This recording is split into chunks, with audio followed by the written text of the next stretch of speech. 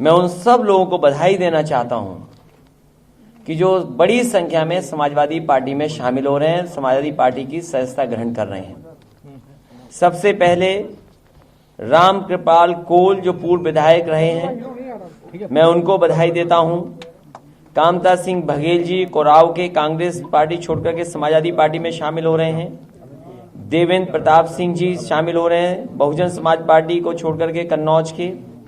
Sanjeev Verma BJP को छोड़कर के समाजवादी पार्टी में शामिल हो रहे हैं। संतोष कुमार सेठ बीजेपी छोड़कर के समाजवादी पार्टी में शामिल हो रहे हैं। केडी पासी जी बहुजन समाज पार्टी को छोड़कर के समाजवादी पार्टी में शामिल हो रहे हैं। और हमें खुशी है इस बात की कि परवेज उमर अहमद जी भी बहुजन समाज पार्टी छोड़ करके समाजवादी पार्टी में आ रहे हैं। रेहान उमर जी भी आ रहे हैं। ये तो मैंने कुछ नाम बोले हैं, लेकिन इनके साथ साथ हजारों की संख्या में समाजवादी पार्टी में शामिल हो रहे उन सभी लोगों का मैं बहुत बहुत धन्यवाद देता हूं, बहुत बहुत स्वागत करता हूं, बहुत बहुत बधाई देता हूं। आदरणीय कुंवर रेवती रमन सिंह जी ने ठीक कहा है कि पूरे प्रदेश की जनता समाजवादियों की तरफ देख रही है, और समाजवादियों की तरफ इसलिए देख रही है क्योंकि जब समाजवादी पार्टी को काम करने का मौका मिला था, आज जनता याद कर रही है कि ईमानदारी से समाजवादी पार्टी ने जनता की सेवा की थी और जनता के लिए काम किए थे। जनता का जीवन कैसे बदले, कैसे उत्तर प्रदेश खुशहाली के रास्ते पर जाए, उसके लिए लगातार 5 साल काम किया।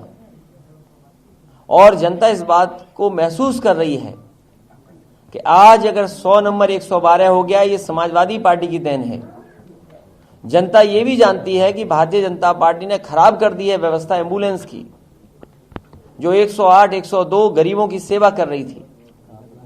इसी तरह गांव कोई नहीं बचा जहां पर समाजवादी पार्टी का लैपटॉप ना पहुंच गया हो, या अस्पतालों को बनाने का काम शुरू हो गया था।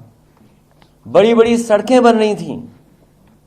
ये जो एक्सप्रेसवे आज भारतीय जनता पार्टी जिन पर काम कर रही है, ये सभी के सभी पुरानी सरकार के हैं और समाजवादी पार्टी की देन है कि आज उत्तर प्रदेश में चारों तरफ एक्सप्रेसवे बनते हुए दिखाई दे रहे हैं।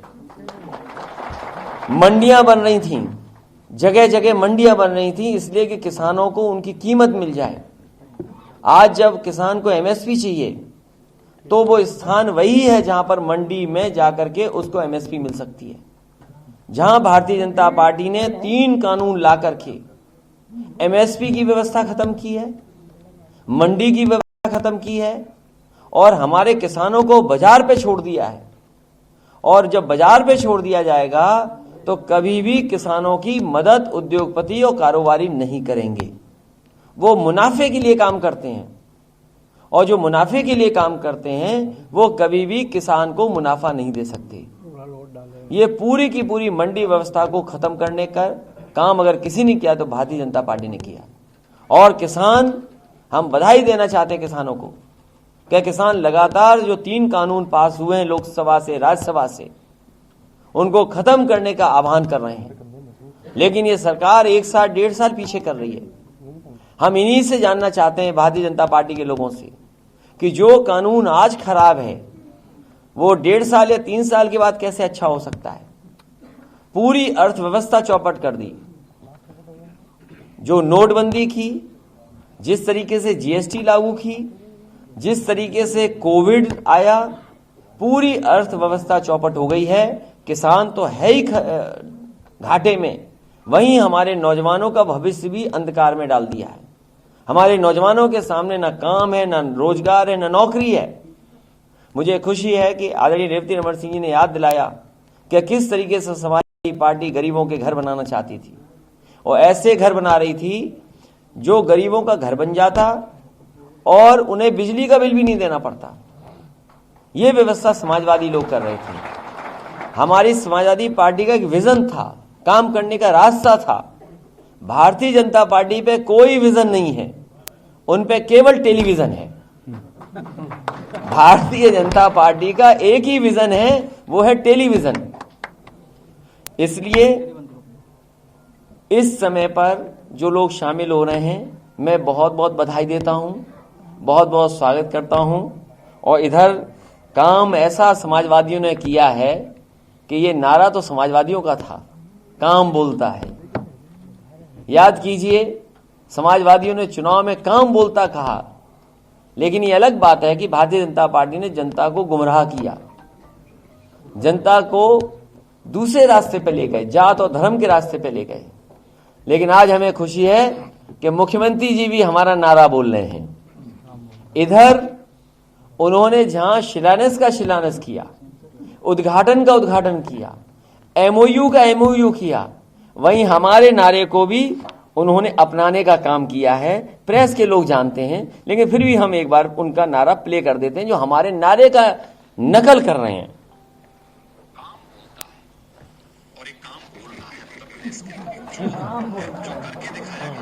इधर भी दिखा दीजिए।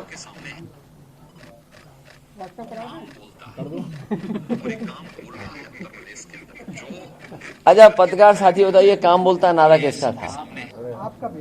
तो इसलिए अब बताइए, नारे की भी निकल कर रहे हैं कैसे मुख्यमंत्री हमारे। और आप लोगों को लैपटॉप इसीलिए नहीं मिल रहा है क्योंकि मुख्यमंत्री चलाना नहीं जानते। ये एक्सप्रेस वे इसलिए नहीं बन पा रहे हैं क्योंकि एक्सप्रेस वे उन्होंने तय किए थे बनना।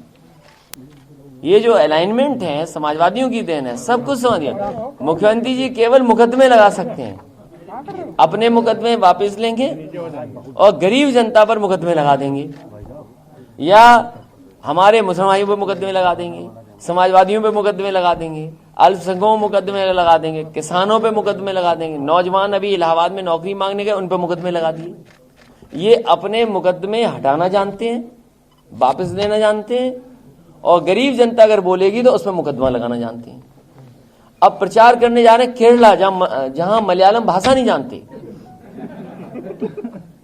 प्रचार करने जा रहे हैं बंगाल, जहां बंगाली भाषा नहीं जानते। सोचिए आप, ऐसी सरकार चल रही है।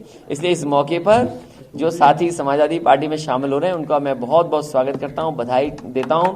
और इस समय जो मंच पर हमारे साथ हैं, समाजवादी पार्टी के प्रदेश अध्यक्ष नरेशोत्तम जी हैं, पूर्व मंत्री पंडित सिंह जी हैं, आदरणीय कुंवर रेवती रमण सिंह जी हैं, हमारे बाएं हाथ पे आदरणीय बलिहारी बाबू जी बैठे हैं, हमारी पार्टी के एमएलसी और प्रवक्ता राजनी चौधरी जी भी हैं, डॉक्टर एसपी यादव जी हैं, और जिलाध्यक्ष हमारे बलरामपुर के राम निवास मौर्य जी हैं, गोंडा के जिलाध्यक्ष पप्पू जी भी हैं, और सभी समाजवादियों का मैं बहुत बहुत स्वागत करता हूं इस मौके पर। हाथरस पे क्या कहेंगे? ये मैं आपसे कहना चाहता हूं, और जिस तरह की घटनाएं उत्तर प्रदेश में हो रही हैं, सरकार को परवाह नहीं है किसी की। सरकार संविधान और कानून से नहीं चलाना चाहते हैं। जिस प्रदेश के मुख्यमंत्री ये कहते हैं ठोक दो, और कई बार मैंने कहा कि जनता जानती नहीं किसको ठोकना है, तो कई बार किसको कौन ठोक दे ये नहीं पता है। और सबसे ज्यादा असुरक्षित अगर कोई है उत्तर प्रदेश में तो हमारी बेटियां, हमारी माताएं, जिनके साथ लगातार घटनाएं हो रही हैं। और पहले भी एक बहुत दर्दनाक घटना हुई हाथरस में ही, जहां पर पूरी सरकार लग गई छिपाने के लिए कि ये घटना छिपा ली जाए, और उस बेटी का सम्मान भी नहीं किया।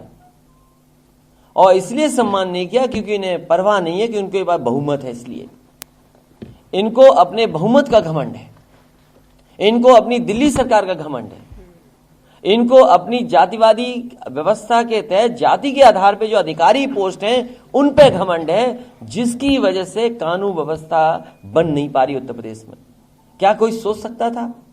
मां, उसके भाई, उसके परिवार के लोग चाहते थे हाथरस के इससे पहले वाली घटना में कि हमारी बेटी का आखिरी सम्मान हो जाए, कम से कम हमें दाह संस्कार करने का मौका मिल जाए, सुबह दाह संस्कार कर दें। और जो ये दूसरी घटना हुई है, जहां बेटी चिल्ला चिल्ला के कह रही है कि कैसे उसके पिताजी की हत्या कर दी।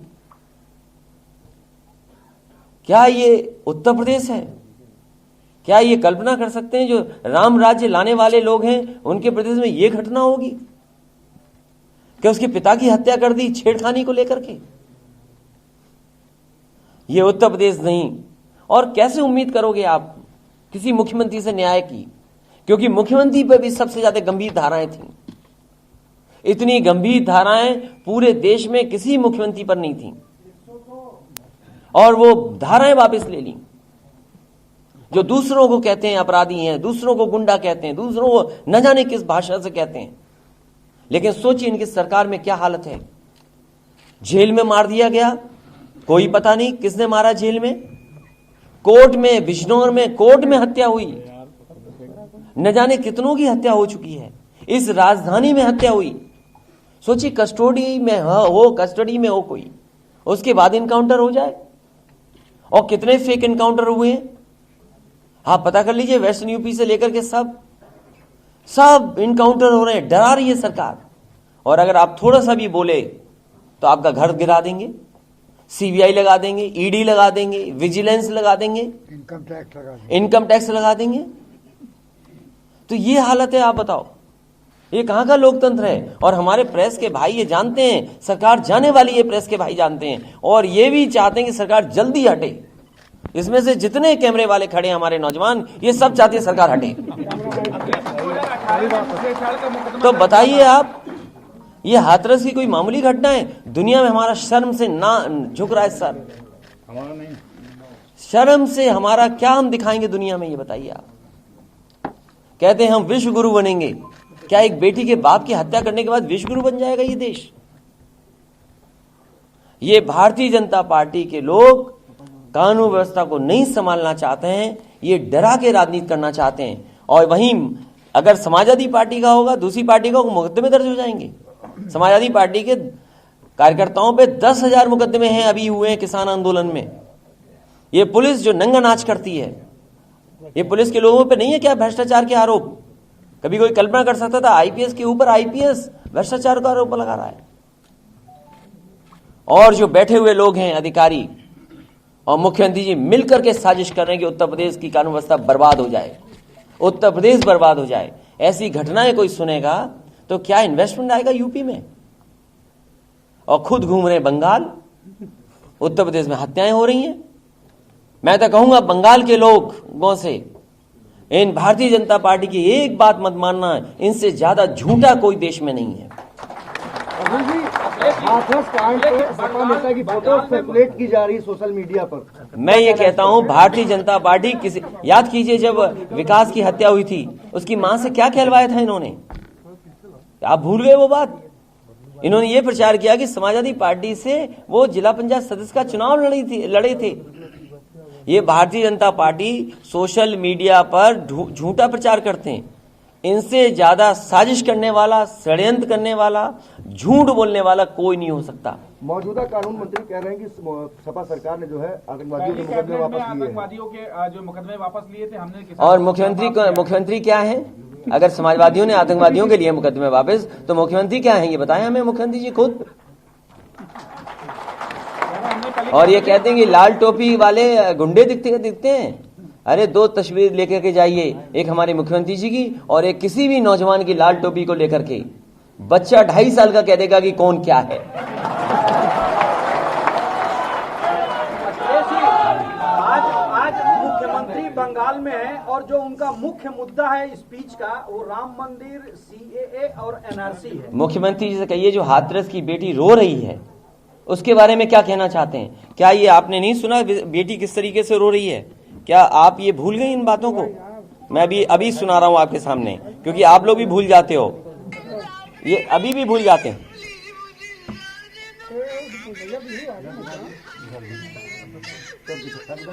मेरे पे स्क्रीन नहीं है, मैं अभी स्क्रीन पे चलवाता ये बात। अगर ये हमारी सुनो, can you play it on screen? Ashish just play it on screen. हाँ, मैं ये प्ले करवाता हूँ, सब लोग देखें, आप लोग भी देखिए। ये हालत है बताओ उत्तर प्रदेश की, और घूम रहे हैं बंगाल में।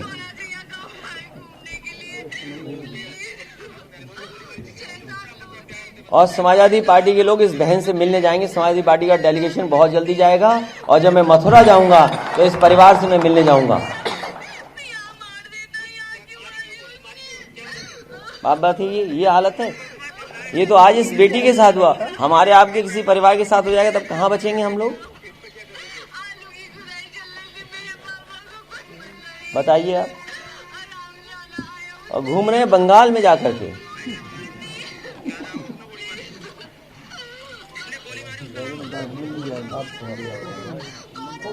मैं देखता हूं कि कब इनकाउंटर होगा ऐसे आदमी का जिसने पिताजी की हत्या की है उसकी।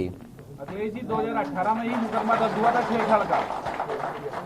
सवाल वो नहीं है, तुम आप फिर बिक गए, तुम बिक गए, बस इतने में बिक गए तुम।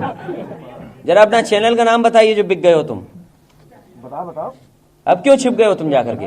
अगर हैसियत है तो बताइए किस चैनल की। और है मैं प्राइम न्यूज का। प्राइम न्यूज के बिके हुए आदमी हो तुम। सर 2018 में छेड़छाड़ मुकदमा दर्ज तुम्हारा अपनी बेटी, एक बेटी मर गई और ये नाटक कर रहे हो 2018 का, उसके बाप मर गए। जो मुकदमा हुआ हाथरस का सर, ये वाला बता रहा हूँ कि 2018 में हुआ। मैं पूछना चाहता हूँ उसके पिताजी की हत्या हो गई, तुम क्या बोलना चाहते हो? मैं यही बताना चाहता कि 2018 नाटक कर रहे हो यहाँ पर आकर बिके हुए लोग।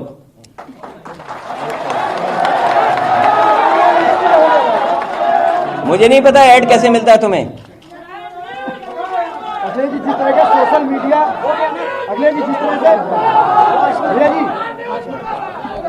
भैया जी जिस तरीके से सोशल मीडिया जो है बीजेपी चला रही है, समाजवादी पार्टी के और जानते होंगे मालिक कौन है तुम्हारे, हम ये मत समझना कि हम नहीं जानते होंगे उनको। अखिलेश जी विधान परिषद में जब कुछ सदस्यों ने अपनी बात कही, आप अपनी स्क्रीन पे देखिए बेटी को रोते हुए, अखिलेश जी विधान परिषद में जब और उतना ही पत्रकार बोलिए करिए जितना अच्छा लगता है। अखिलेश जी जनता आपके बारे में पूरा समझ गई कि कितने धोखेबाज हैं आप। आपको नहीं पता किसानों ने घुसने नहीं दिया आपको, ये भूल गए? किसानों ने घुसने नहीं दिया आपको, लिख दिया कि ये पत्रकार लोग हैं इनको घुसने मत देना। स्क्रीन पे देखिए, ये प्राइम टीवी है, क्यों करेगा उस पर चर्चा? अखिलेश जी विधान परिषद में उन सदस्यों ने जब अपनी बात कही, मुख्यमंत्री ने कहा कि इलाज कर देंगे, तो इस तरह की लैंग्वेज नहीं तो इन्हें ये जाए मुख्यमंत्री के सामने, हैसियत तो इस तरह बोलने की ना इनका इलाज कर दे मुख्यमंत्री उधर ही। अगर है आप बोलिए जाकर के, देखिए मुख्यमंत्री कैसा इलाज करते हैं आपका। हम तो नाश्ता करा देंगे तुम्हें। और राजनीति इसलिए कर रहे हैं कि उत्तर प्रदेश खुशहाली के रास्ते पे जाए। कभी गए हो आप उसमें देखने? नहीं, चलने दीजिए इसको, ये सब लाइव चल रहा है। I understand. और देखिए कभी गए हो डीजीपी के ऑफिस में देखने के लिए? पूरे उत्तर प्रदेश का और देश का सबसे सुंदर पुलिस का स्थान बनाया, और बताइए वहां बैठ करके अन्याय हो रहा उत्तर प्रदेश में सब पर। 1090 सोच सकते हैं आप क्या बनी ये चीज? अब देखिए, अगर प्राइम टीवी वाले हो तो जरा देखिए बेटी कैसे रो रही है और सवाल करते हो हमसे तुम। दिखाइए स्क्रीन पर पूरे वॉल्यूम के साथ। अब छोड़िए, अभी केवल उस पर बात करिए, हाथरस पे। नमस्कार, मैं हूं मानक गुप्ता। अगर आपको हमारा ये वीडियो पसंद आया हो तो इसे लाइक और शेयर जरूर करें, और हां, हमें सब्सक्राइब और फॉलो करना ना भूलें ताकि आप देश और दुनिया की कोई खबर मिस ना करें। तो जुड़े रहिए हमारे साथ और देखते रहिए न्यूज़ 24।